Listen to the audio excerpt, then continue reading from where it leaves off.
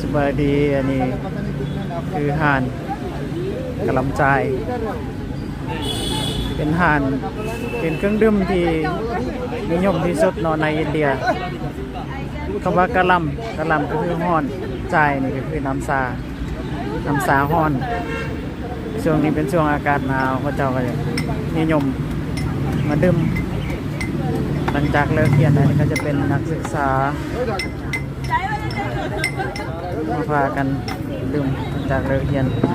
อันนี้ถ่ายบริเวณหาดเพิ่นอันนี้เป็นหาดกะหล่ำจายเนาะเขาเอิ้นธุรกิจพอเพียงก็จะเป็นราคากะหล่ำจาย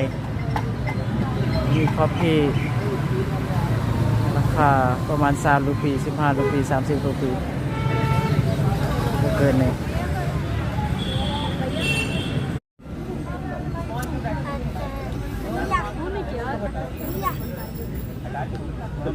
อันนี้ก็คือขอทานด้วย